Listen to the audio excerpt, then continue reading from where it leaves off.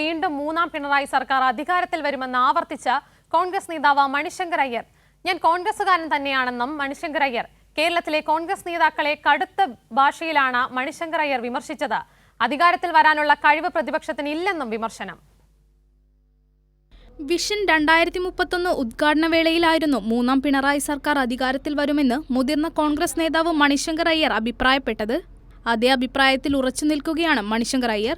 പിണറായി വിജയൻ അടുത്ത മുഖ്യമന്ത്രിയാകുമെന്നും 10 വർഷമായി തുടരുന്ന സർക്കാരിനെ തടയാൻ പ്രതിപക്ഷത്തിന് കഴിവില്ലെന്നും മണിശങ്കർ അയ്യർ പറഞ്ഞു. As a congressman, I wish to see the UDF win. As a Gandhian, I want to tell the truth.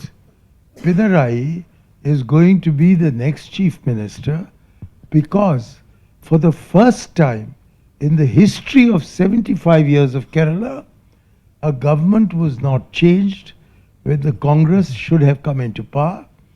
If they were incapable of cutting the cycle of governments and opposition alternating. Congress നേതാക്കളായ Sasi തരൂരിനെയും Ramesh ചെന്നിത്തലയെയും KC വേണുഗോപാലിനെയും VD സതീശനെയും കടുത്ത ഭാഷയിലാണ് മണിശങ്കർ അയ്യർ വിമർശിച്ചത്.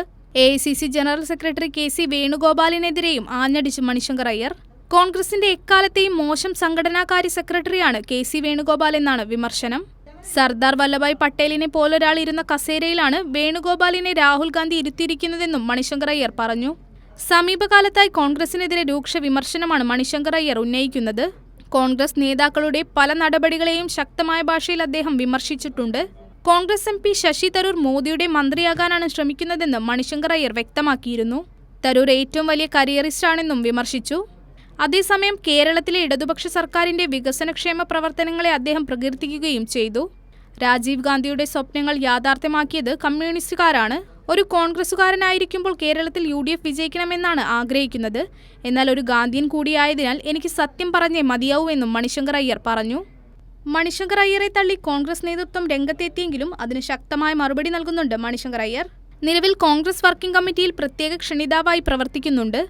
മുഖ്യമന്ത്രി കസേരയ്ക്കടക്കം പിടിവലി കൂടുന്ന കോൺഗ്രസിനേറ്റ വലിയ പ്രഹരം തന്നെയാണ് മണിശങ്കർ അയ്യറിന്റെ പ്രസ്താവന.